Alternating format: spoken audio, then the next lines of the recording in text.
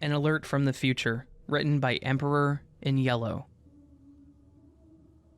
As of the moment that I'm writing this, I'm currently a senior employee of SETI, the Search for Extraterrestrial Intelligence Observatory, and I urge readers of this message to share it publicly, as this alert concerns the future of humanity, our planet, and all of space exploration.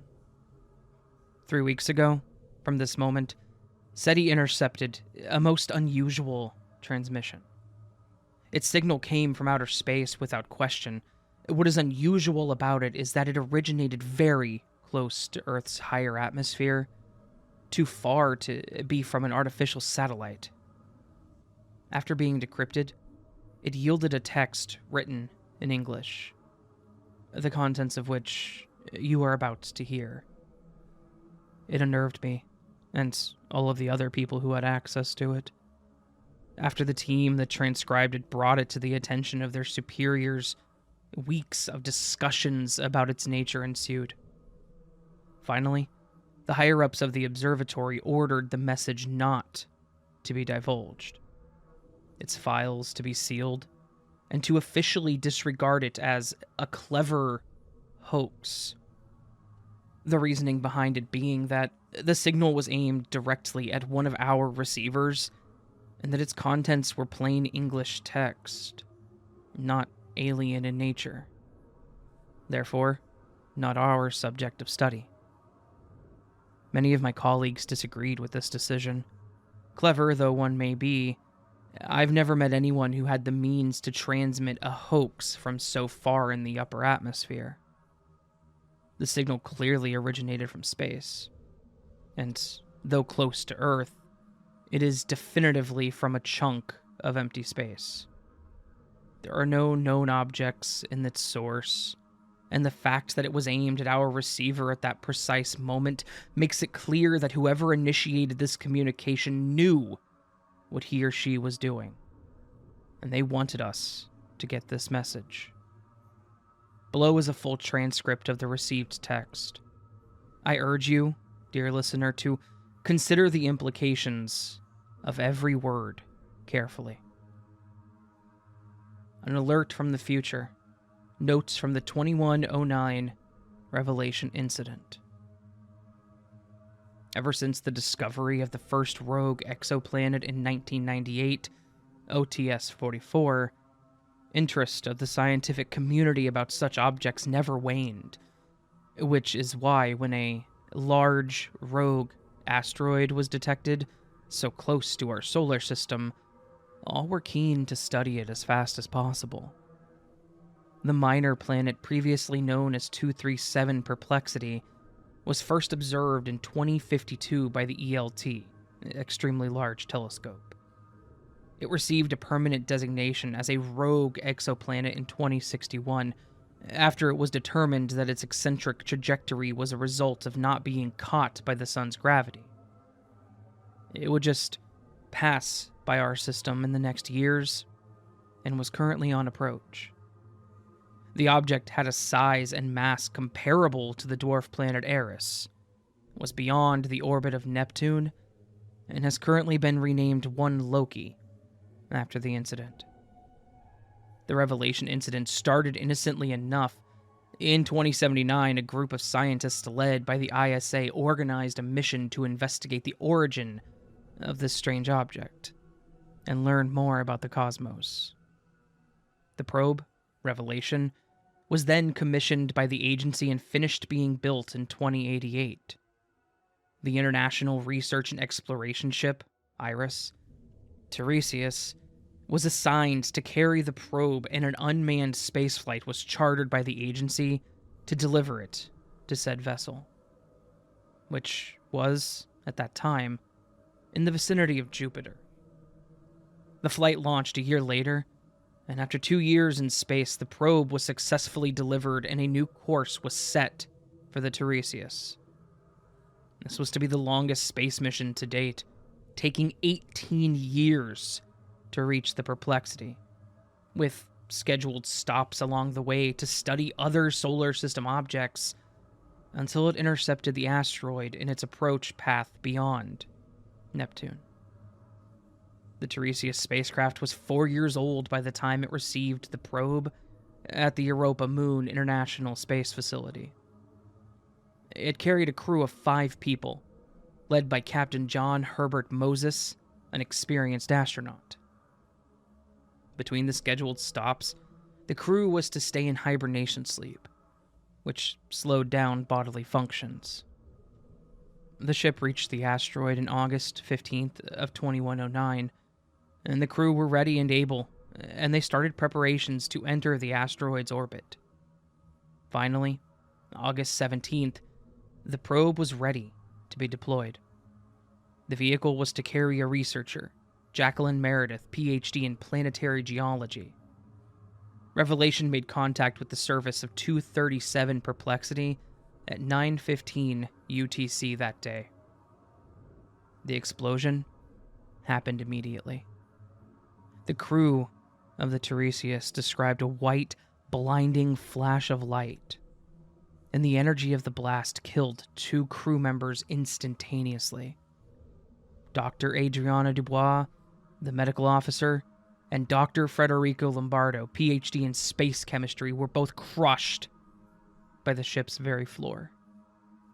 The 2 remaining crew members, Captain Moses and Lieutenant Li Zhetang, sustained many injuries, bruises, lacerations, and multiple fractures.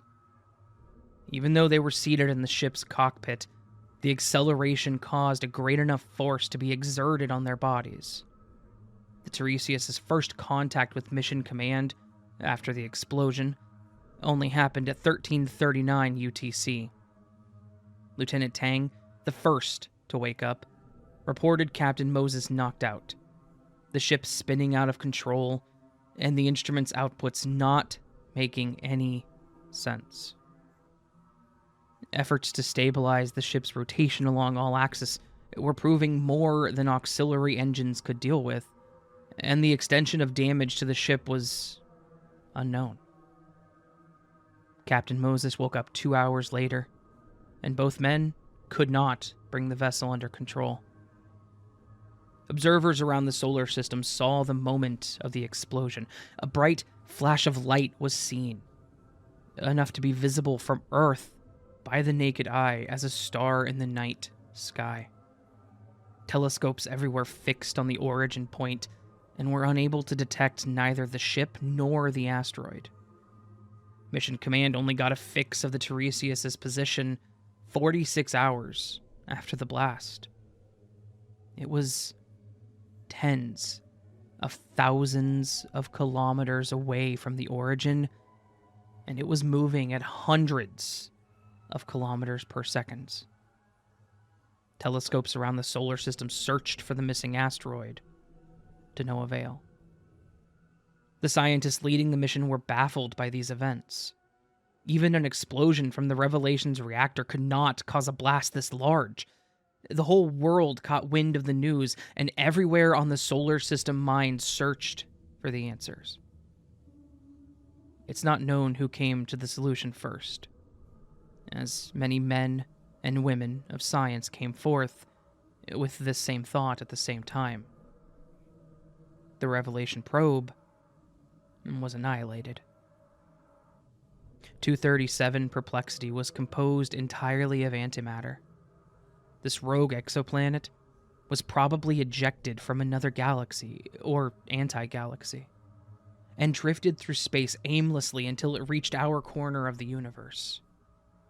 There is no reason why antimatter should look or behave any differently than normal matter on the macroscopic scale.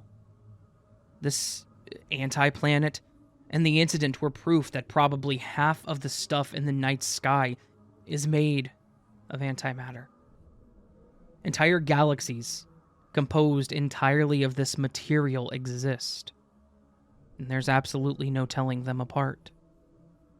This death trap entered our solar system covertly and was sprung by human action. The scientific community decided to immediately reclass this anti-planet and renamed it One Loki, after the Norse god of deceit and trickery. a break from the tradition of naming important objects after Greco-Roman deities because of this newfound nature. The drama for the Tiresias continued as the ship sped out of control.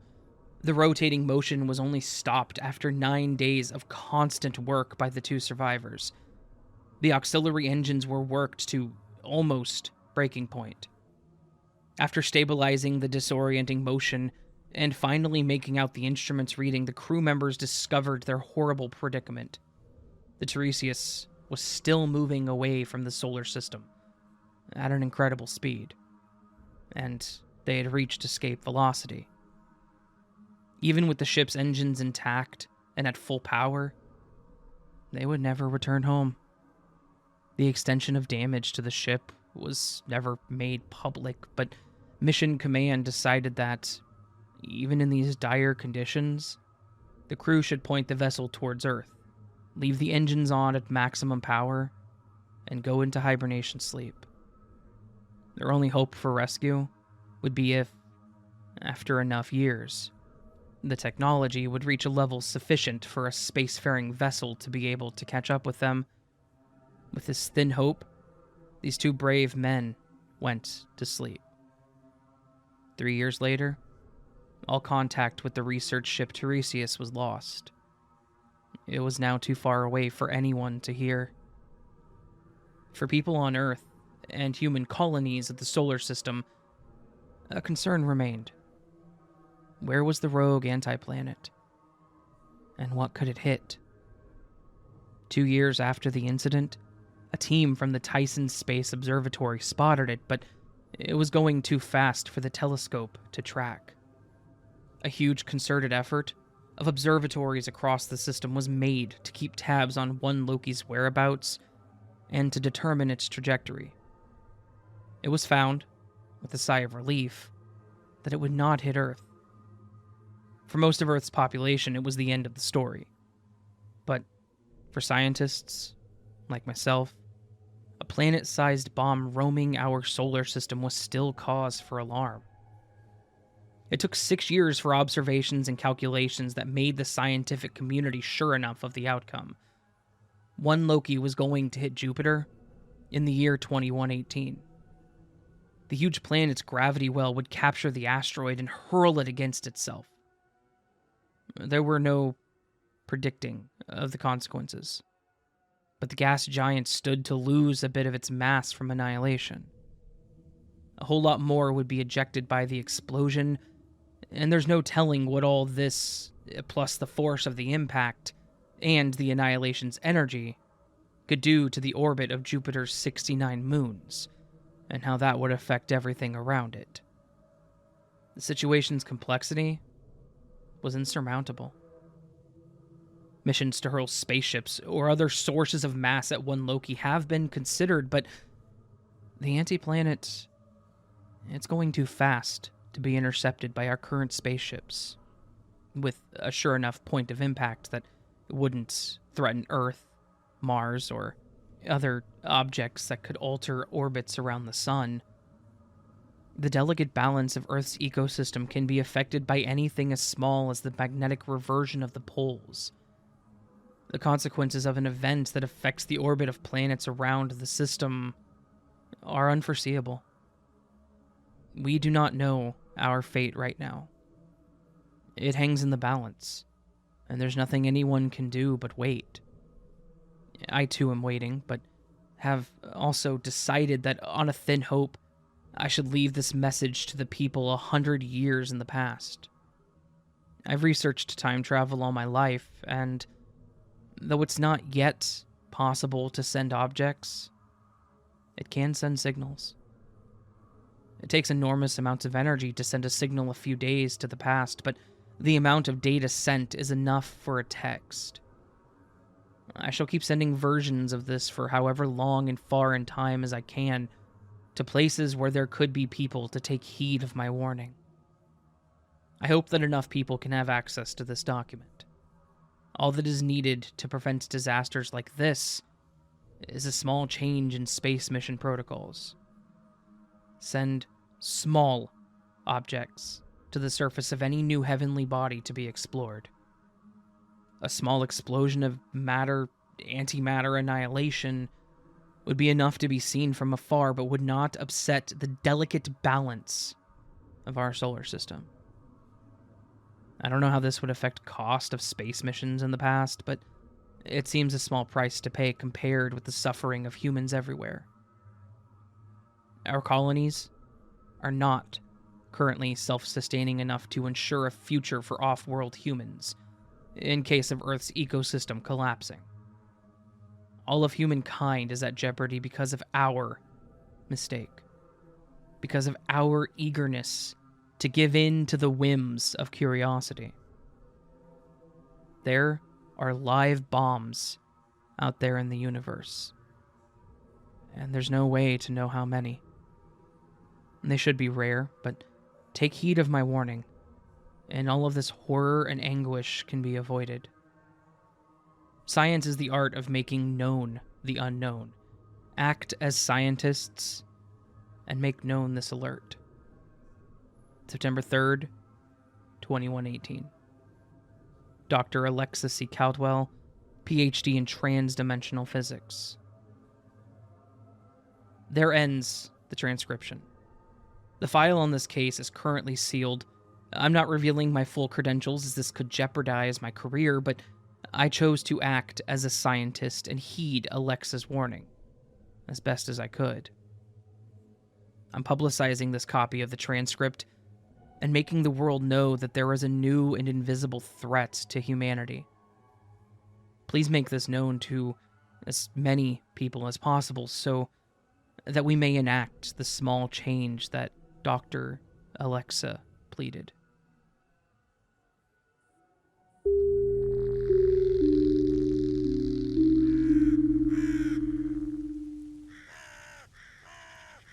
So this was An Alert from the Future by EmporerInYellow. A really neat sci-fi creepypasta. Definitely one of the ones that I actually quite enjoy. I don't do a lot of sci-fi. I don't read a lot of sci-fi, and I should probably change that. But whenever it comes to sci-fi creepypasta, I kind of just leave that to Magnetar. I don't touch his stuff. But this story, I've actually had it saved on my list for quite a while. The story itself is from 2018. I think I've had it saved on my list since middle of 2021. I just haven't had a chance to do it. I have a lot of stories I need to do. To those that have submitted stories that are creepypastas to me, just know I will do them. Just give me time. I have to kind of supplement these. I want to do some more wiki stories too. I know it's a struggle, and I don't post on this channel enough, guys. I am so sorry about that. I know I always make up excuses for like this one and Raven Investigates, but just know that I love these channels, and they are absolutely passion projects. I just have to focus 80% of my energy on the main channel and kind of give these ones 10% of my energy separately, so it's not easy. I'm trying to avoid burnout if you guys care about why I do it like this. I don't mean to ignore these channels, just a lot of work, and I don't have a lot of free time, so. Anyways, if you enjoyed this story, please do hit that thumbs up button and subscribe to this tiny little channel. Over here, we're just over 100 subs. Over on the main channel, we're just over 8,000, actually. So a huge thank you to everyone who subscribes to any of my channels.